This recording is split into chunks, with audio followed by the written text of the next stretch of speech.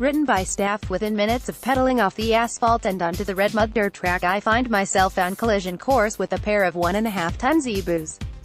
A close relative of the cow, these two are pulling a rickety cart overflowing with vegetables fresh from the fields and are being driven by a man wearing a look of defiance and a hoodie emblazoned with the words, "It wasn't me." Not exactly filled with confidence and conscious of the 25 centimeters horns protruding from their heads, I swerve aside and let them pass, respecting their status as rulers of the road. This is Madagascar, the world's fourth largest island and, on the evidence of the next 2.5 weeks, one of the most compelling, enchanting and unpredictable cycling destinations on the planet. This is my first day of a 340-mile ride along the spine of the country, from the dusty city of Ansarabe, over the stunning central highlands and down to the charming fishing villages of the southwestern coast. 78% of our ride will be on asphalt, ranging from busy and broken in the towns and cities to smooth and pristine on the scenic stretches of country road in between. The remaining 25% is on off-road tracks varying from straightforward cross-country terrain to fiendishly technical sections. The asphalt legs pass by some glorious scenery, luscious valleys, vast plains, national parks teeming with wildlife and beautifully sculpted rock outcrops the likes of which I've never seen elsewhere, even in photos. But it's the off-road parts that are the real gem of this journey, where a full appreciation of the country's remarkably vibrant landscape and people blossoms. Here you pass through seldom visited villages in which locals thresh rice from stalks and children stop whatever they're doing to rush out to greet you with waves and wide smiles. The air is clear, the land is richly colored, and the only sounds for long stretches are birdsong and the scrunch of tires biting into dirt. Hit the highway. It seems far-fetched to compare such raw and rugged riding with cycling holiday heartlands such as France and Italy, but even in the absence of iconic climbs up snow-capped mountains, Madagascar has a unique allure and deserves a place high on any biker's bucket list.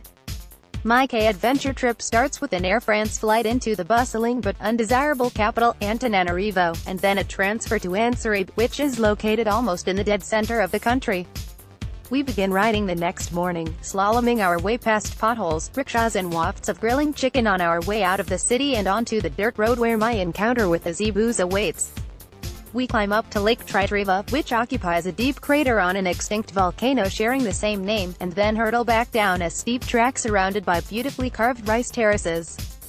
Dirt gives way to asphalt again when we turn back to Ansarabe in the afternoon via the hectic market town of Betafo, where metal workers with charred knuckles fix tools on open fires and teenage boys hawk DVDs and fake mobile phones.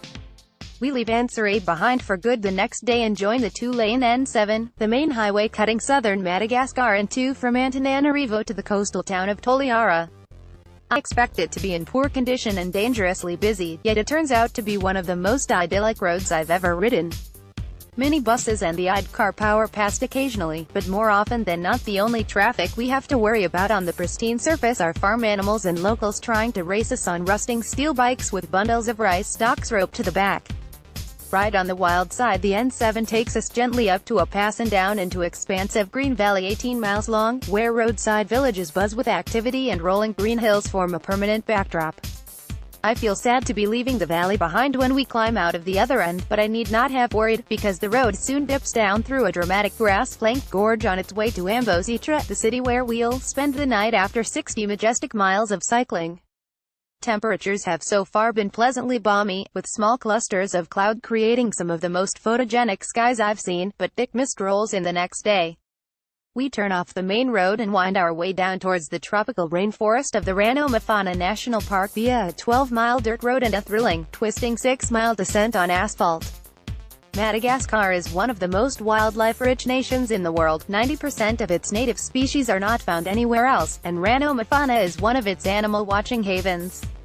Among the thousands of inhabitants here are 115 species of birds and 62 species of reptiles, but the main draw are 12 species of lemurs, the monkey-like primate that is endemic to Madagascar and its surrounding islands. Within minutes of starting a day hike in the park, our guide, mandatory, and spotter, indispensable, find the first of a handful of lemurs we'll see, hiding away almost invisibly in the tops of the trees. Even harder to spot are chameleons, which camouflage themselves against their surroundings in dazzling arrays of color and spend most of their day leisurely ambling up, down, and along convenient branches.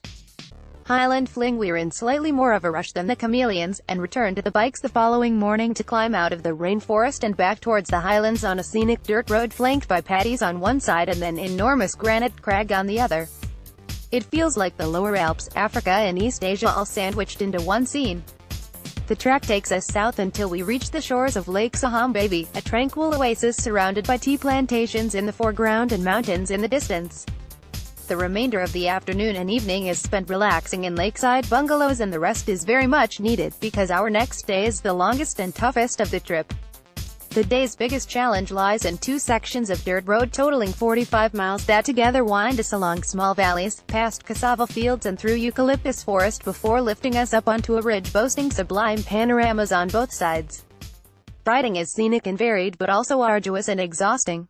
One moment the track can be relatively smooth, flat and compact, but then next you're descending over broken rock to cross a creek and then climbing sharply back up the other side, tires desperately clawing for grip.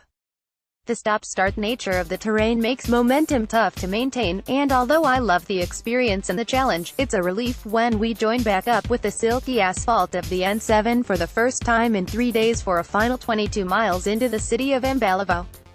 A flash storm soaks us to the skin just before we arrive at our hotel, but the sky is clear by morning, and it's just as well, because the next leg of the journey turns out to be one of the finest days I've ever spent on a bike. Emblazoned is the gateway to the most spectacular part of Madagascar's highlands, and after weaving our way past the city's Gothic cathedral and colonial French architecture, we're soon surrounded by dozens of huge granite domes bursting out of the ground like boulders strewn on a beach. Red earth, gray rock and blue sky contrast with each other perfectly, and I find myself stopping every 50 meters or so to photograph them at different angles. We peel off the highway to visit the Anya Community Reserve, where a small forest houses ring-tailed lemurs and a freshwater lake plays home to Nile crocodiles. We get back on the bikes and climb up to a pass offering unbroken views of the highlands, after which the road swoops back downwards in a spaghetti strand of fast and flowing curves for 9 blissful miles. It's one of the best ascents of my cycling life, and my cheeks are streaked with tears of exhilaration by the time I reach the bottom. Absolutely massive. We then turn off the N7 once more and follow a 12-mile stretch of dirt road leading to the edge of the Andringitra National Park. The terrain is yet again tough, but the scenery towards which we're heading is so spectacular that I hardly notice. Our destination is the Serenoro Valley, home to a staggeringly beautiful row of 6 granite towers known as the Serenoro Massif, which comes slowly into view as we make our way around a foothill. The highest of the towers rises 800 meters from the fertile grasslands below, and, gazing upwards, it's impossible not to draw parallels with Yosemite National Park in the United States. Needless to say, rock climbers from all over the world travel here to tackle the precipitous faces. It's possible to spend a long and taxing day hiking up onto the summits from behind, but after a night in a cozy camp close to the foot of the walls, we instead climb an easier and more straightforward mountain on the opposite side of the Serenoro Valley named Chameleon Peak. I push on ahead to enjoy the summit all on my own. It turns out to be worth the extra effort. The view of the Serenoro Massif and fertile valleys below is truly astounding. I could stay there looking at it all day, but 2 hours is all I get before the time comes to descend Chameleon Peak's opposite flank and wind our way back to camp.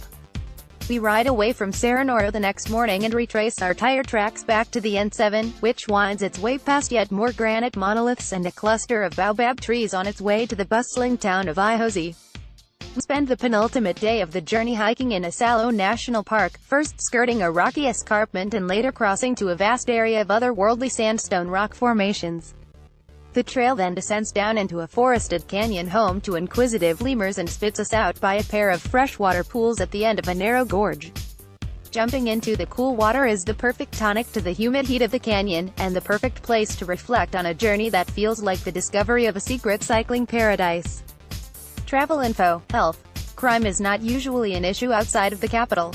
What to pack: jerseys, gloves, layers and a helmet for cycling. T-shirts, shorts and trainers for hiking. Insect repellent, sunblock, casual clothing and swimsuits. Our trip. Matt traveled as a guest of K Adventure on their 17-day cycling Madagascar, highlands to the coast trip. Prices from £2,395 land only and £3,325 flights inclusive. For more details and to book, visit keyadventure.com. Matt flew with Air France. Flights are available from major UK airports via Paris from £800. For more details and to book, visit airfrance.co.uk. Getting there, international flights arrive at Antananarivo Zavato International Airport. Getting around long distance and local buses are widely available in Madagascar, but journeys can be lengthy. Taxis are quicker options but are more expensive. Food and drink. Zebu beef is common throughout the country, as are rice-based dishes. Freshly caught fish is abundant on the coast. Where to stay. Good budget and higher-end options are available in all cities and large towns, but accommodation can be harder to find in rural villages if you're going solo.